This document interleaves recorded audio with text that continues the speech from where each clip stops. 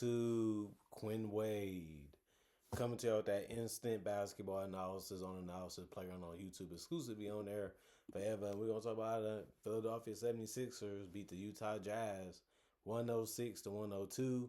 Philly won their first game against Utah all season, and they play again later this month. And the Sixers go to 34 and 28, 17 and 16 at home. The Jazz go to 18 and 44 and 7 and 23 on the road. Philly won the first quarter 29 to 22. They lost the second quarter 26 to 24. They also lost the third quarter 35 to 29, but they did win that fourth quarter 24 to 19 to win the game by 4. Let's talk about them Jazz. First, Cal Filipowski played 22 minutes. He only got 6 points because he went 2 or 3 from the field. He missed his only 3 and went 2 or 2 from the free throw line. Couldn't really score. Didn't really get enough good looks. Didn't really get a lot of opportunities that he had or liked to be able to shoot it or even try to score. But the 11 rebounds was really good because that was the most on the team. He had to do something while he was out there. And that's a good amount for only 22 minutes. The problem was he ended up getting 5 personal fouls in this game that kept him off the court a lot. He's never been a great rim protector or even a decent one. And it was exposing that a little bit in this game. The Sixers were. But yeah, use that to your advantage to help you win games, and it ended up working a little bit. 3 assists for Filipowski, 2 turnovers, 1 block, 1 steal. And he also had 4 offensive rebounds out of the 11 and was a +3 and plus minus. Cody Williams mainly was scoring in transition, but he did hit a 3 where he went 1 of 4 from 3, 3 of 6 from the field with 2 of 2 shooting from the free throw line. He finished with 9 points in 28 minutes. He also grabbed 6 rebounds and had 3 assists, no turnovers, and a block. 1 offensive rebound, 1 personal foul, was a +15 and plus minus. Just a good game. He didn't do a lot, didn't do a little. He just did what they asked him to do, which is run the floor, hit the open shots, and help wherever you can. And he did. Elijah Harkless, 20 minutes, 3 points. He went 1 of 5 from the field, 1 of 3 from the 3-point line. He had 3 rebounds, no turnovers, 1 offensive board, 2 personal fouls, and was a +5 and plus minus. Didn't really get the results that he wanted. Missed a lot of good ones and a lot of open ones. Wasn't his night. Keontae George got 30 on 30 minutes, but he did go 10 of 24 from the field, which means he missed more than he made. He also did go 5 of 11 from 3, which wasn't that bad. He had a key 3 that he needed to knock down and couldn't. But he also finished 5 of 6 from the free throw line, and you know that he didn't just settle for jump shots all game, even though majority of his shots were jumpers. He did have 4 rebounds, 2 assists, and 2 turnovers. He also had a steal and 3 personal fouls and was a +2 and plus minus. But you look at it like it's just too many guys out for the Jazz, and Keontae looking at it like I'm the strongest offensive weapon on the team, especially in the starting lineup. So it makes sense why he took as many shots as he did. Ace Bailey played 31 minutes. He only had 12 points. He missed too many shots in this one. He went 5 of 16 from the field and 2 of 7 from 3. He had good looks, and he had looks that he seemed like he was excited to take. He just wasn't making them. They just weren't falling. His jump shot has been one of those where it's questionable. Is it going to fall or is it going to be good game to game? If you want to be a great one, it got to be consistent. He's not on that level as a scorer, as a shooter yet, but that's the whole purpose of being a rookie, is a learning experience. 2 rebounds, 3 assists, 3 turnovers, and a steal. 1 offensive rebound, 1 personal foul, and a -4 and plus minus. Blake Henson gave them some help off the bench with 3 of 5 shooting from 3 and finishing 4 of 6 from the field for 11 points. In 19 minutes, he really had good looks, and he took full advantage of them by knocking the majority of them down. So had good shot selection, and this one was able to make the defense pay for leaving them open. He did have 1 rebound, no turnover, and the personal foul was a +1 and plus minus. Bryce, he was working for his. He had a hard 7 in this game because he went 3 of 12 from the field and 0 of 6 from 3. He couldn't really make anything in this game, whether it was near the basket or even with a jumper. But he also went 1 of 1 from the free throw line, had 2 rebounds, 2 assists, 1 turnover, 1 offensive board, and 3 personal fouls, and was a -2 And plus minus, Mo Bamba got some finishes near the basket. In 21 minutes, he had 4 points and went 2 of 3 from the field. He had 8 rebounds, which was the most off the bench, and that's what he's out there to do. Is rebound, score at the rim, and protect the paint. Hit a jump shot if it's open. He didn't really get that opportunity tonight. He had 1 assist and 2 turnovers, though. 3 offensive boards, 1 personal foul, was a -7. And plus minus, Oscar played 5 minutes. He scored 2 points, and he did have 3 boards and a turnover, 2 offensive rebounds, 1 personal foul, and it was a 0. And plus minus, John Conchar, 19 minutes, 0 2 from 3. Missed all his looks, but he did get 3 assists, so he still contributed somehow on the offensive end. And he also grabbed 2 boards and had 1 steal in the block and 4 personal fouls, and was a -15. And plus minus, and Collier was keeping him in the game. He did a good job of driving the basketball and making quick decisions with his passings, and it led to a lot of easy opportunities for his teammates. And he also had the most points off the bench in the most minutes, 26 and 18 points, 5 of 10 from the field. He also went 8 of 8 from the free throw line because he was playing like a running back in this game. 5 assists, 3 turnovers, 3 steals, 1 block. The 3 steals was the most on the team. And he did have 2 personal fouls and was a -14 and plus minus. And then the Philadelphia 76ers. Trendon Watford, 22 minutes, 7 points, 3 of 6 from the field, 1 of 1 from the free throw line. He had 7 boards. That ended up being the most in the starting lineup. He also had 3 assists, 1 turnover, and 1 block, 1 offensive board, 4 personal fouls, and was a +6. And plus minus, good scoring from him. He didn't rush or force anything really in this game. He let a lot of the shots come to him, and then he was just out there competing on both ends of the court, rebounding and defensively. You have to love that. Dominic Barlow played 25 minutes. He had 7 points. He went 3 of 8 from the field, 1 of 1 from the free throw line.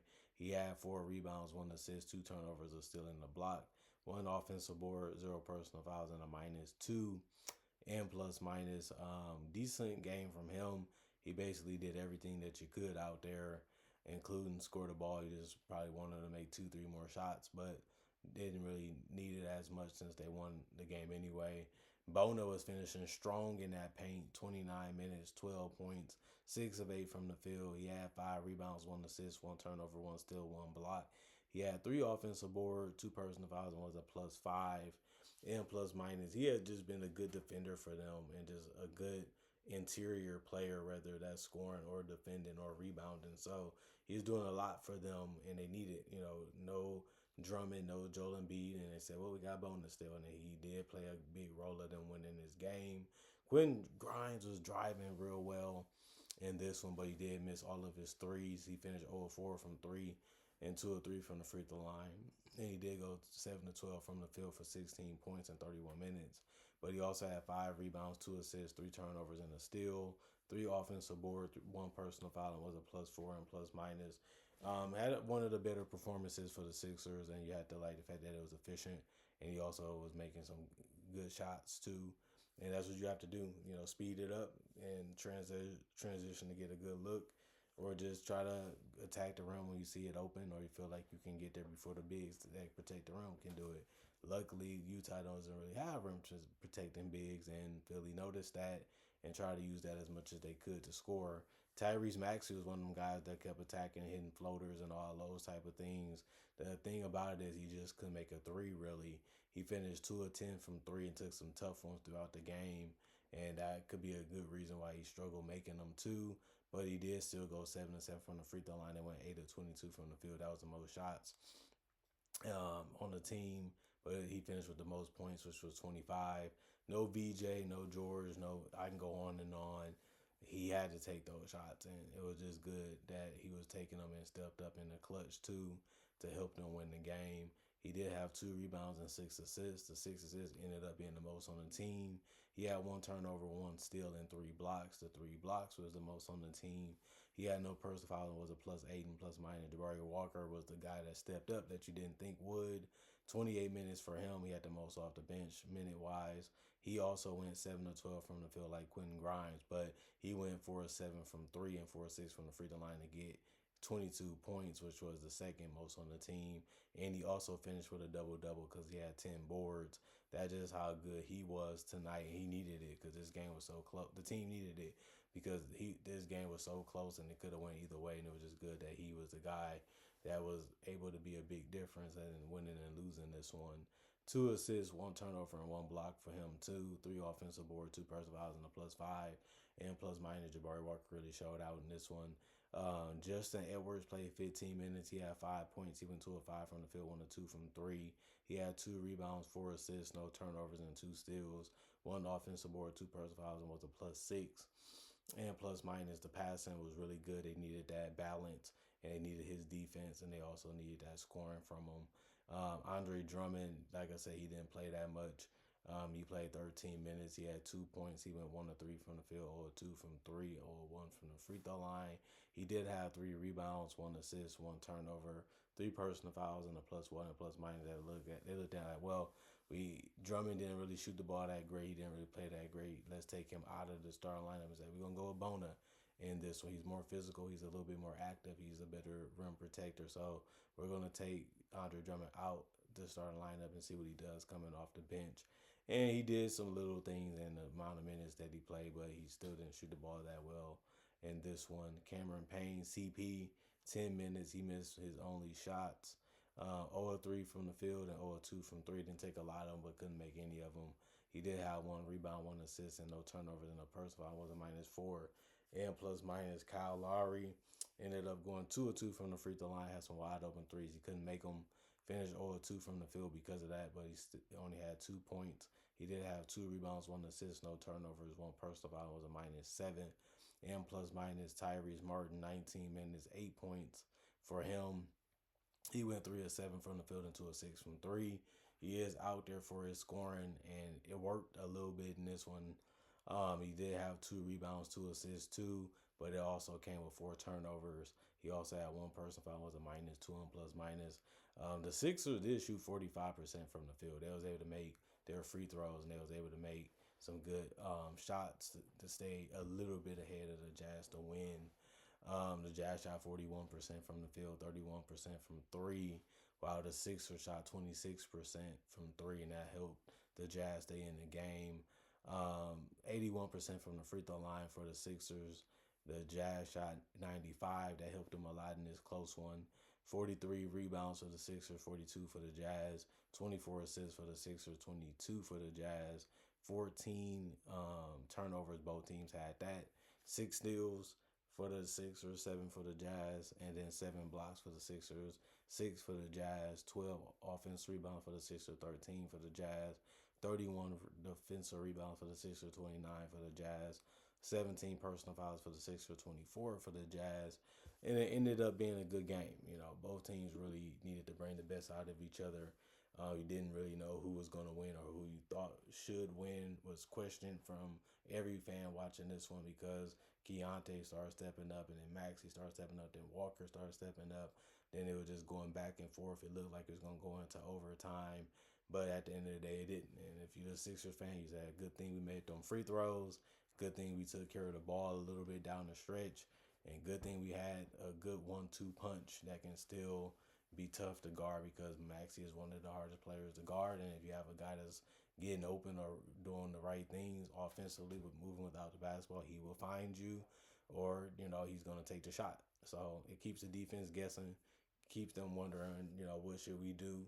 And who is, you know, communicating is important, because you give up something, he's going to see it, and he's going to try to find a way to make the right play. So Maxey is one of the harder players to guard because of his speed and quickness. That's the whole purpose of the point guard. They use that for that speed and quickness to their full advantage, and it makes them a tough cover, especially when they can shoot. He didn't shoot the ball that great from the perimeter, but he made enough shots to keep you wondering what was going to happen. So it ended up being a good game for the Sixers. It ended up being a good one for the Jazz too, but the Sixers are the better team. They had the best player on the court. They had some other guys that just underperformed and just didn't step up in moments, while the Sixers had guys that did. And that was a small little edge that they needed to have to be able to get this one, even though it wasn't by much. It's still a win.